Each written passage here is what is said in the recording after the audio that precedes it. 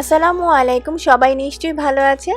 আজকের রেসিপি দেখে বোঝা যাচ্ছে যে মিষ্টির রেসিপি। হ্যাঁ, মিষ্টির রেসিপি বেবি সুইট মিষ্টি।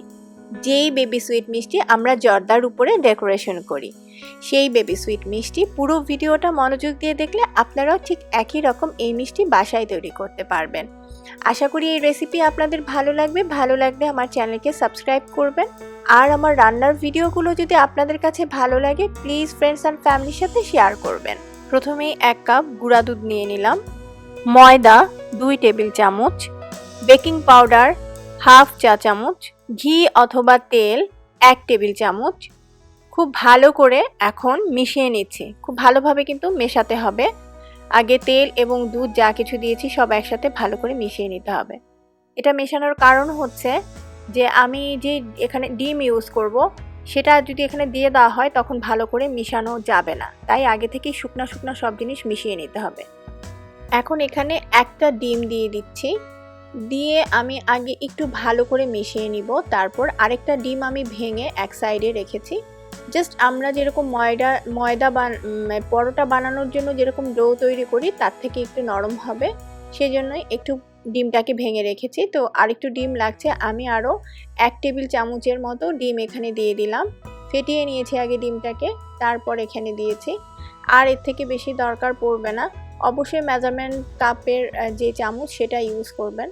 এখন খুব ভালো করে মিশিয়ে নিচ্ছি। আর এরকম আঠালো হবে, হাতের মধ্যে লেগে লেগে আসছে, দেখতে পাচ্ছেন। তো আমি 2 ভাগ করে নিয়েছি।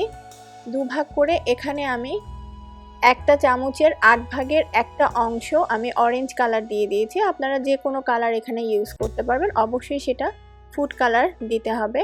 এখন খুব ভালো করে মিশিয়ে নিচ্ছি। হাতে যেরকম লেগে আসছে, এই হাতে লাগাটা কিছুক্ষণ পর ঠিক হয়ে যাবে। আমি এখন 5 মিনিটের জন্য এটাকে ঢেকে রেখে দিলাম।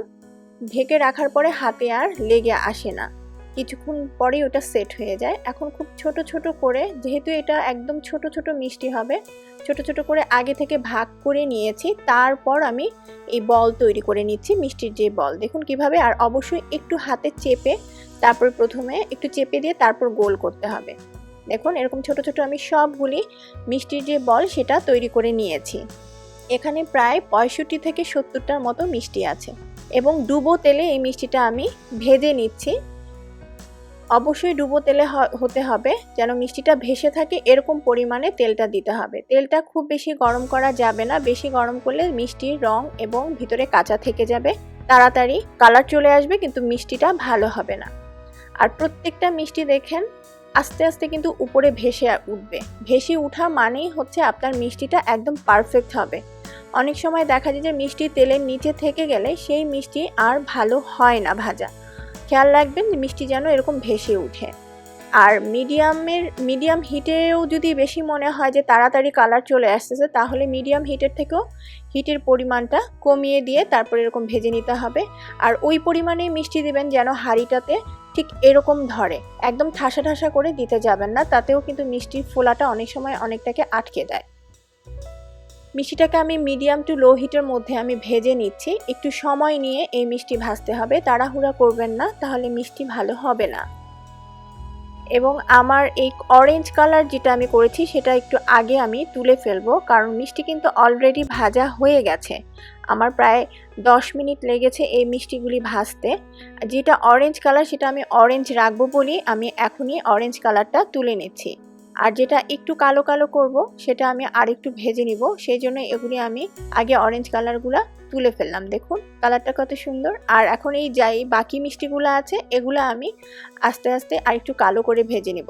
আর আমি 2 বারে মিষ্টিটাকে ভেজে নিচ্ছি, মানে 2 ভাগে। একসাথে 65 বা 70টা মিষ্টি আমার এই হাঁড়িতে ধরছে না, তাই আমি 2 বারে ভেজে নিচ্ছি। মিষ্টি যেগুলো একটু ডিপ কালার করার সেটা ডিপ কালার করে নিয়েছি। মিষ্টি এরকম করে সবগুলো আমি ভেজে নিব।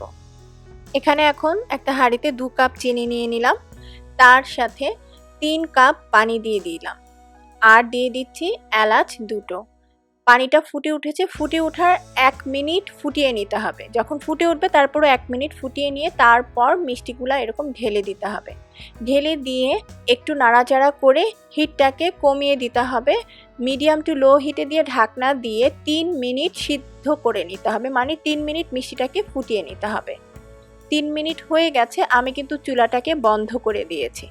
কিন্তু অনেক গরম বলে এখনো ফুটে উঠছে। এখন সারা রাত আমি মিষ্টিটাকে এভাবেই রেখে দিয়েছি। তারপর দেখুন কত সুন্দর হয়েছে মিষ্টিটা। দেখতে খুব সুন্দর লাগছে না? খেতেও কিন্তু দারুণ মজা হয়েছে, আমার কাছে ভালো লাগছে। এখন আপনাদের পালা এই মিষ্টি একই রকমভাবে তৈরি করে আপনারা আমাকে জানাবেন যে আপনাদের মিষ্টি কেমন হয়েছে। আশা করি আপনারা বাসায় একবার ট্রাই করবেন, ভালো লাগবে। কোনো কিছু জানার থাকলে কমেন্ট করবেন। সবাই ভালো থাকবেন। আল্লাহ হাফেজ।